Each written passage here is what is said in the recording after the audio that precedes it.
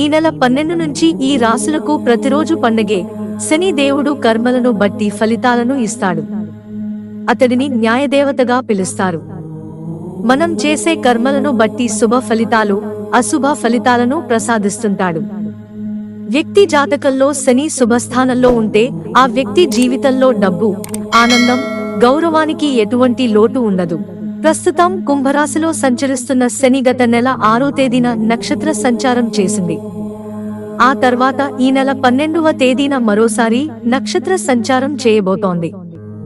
ఈ ప్రభావం ఆగస్టు 18వ తేదీ వరకు ఉంటుంది. దీనివల్ల కొన్ని రాశుల వారి జీవితాల్లో శుభ ఘడియలు వస్తాయి. మరికొన్ని రాశుల వారికి మాత్రం ప్రతికూల పరిణామాలు ఎదురవుతాయి.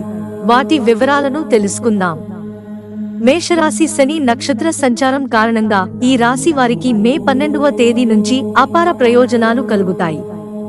ప్రధానంగా వీరికి గతంలో రాకుండా నిలిచిపోయిన డబ్బులు చేతికి అందుతాయి. సంపాదన పెరుగుతుంది. అలాగే ఆస్తులు కూడా పెరుగుతాయి.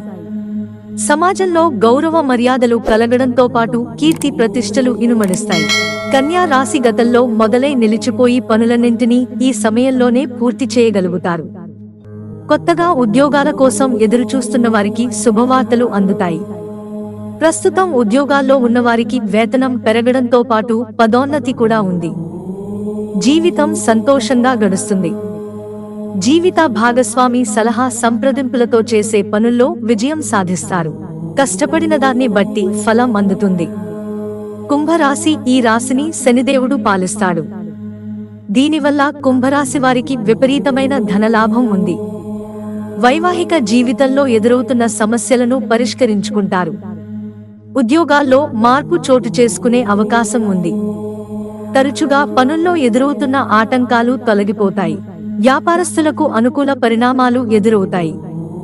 ప్రేమ జీవితంలో ఉన్నవారికి ఈ సమయం బాగుంటుంది. మిత్రులారా, ఛానల్ సబ్స్క్రైబ్ చేసుకోవడం మర్చిపోకండి. ధన్యవాదాలు.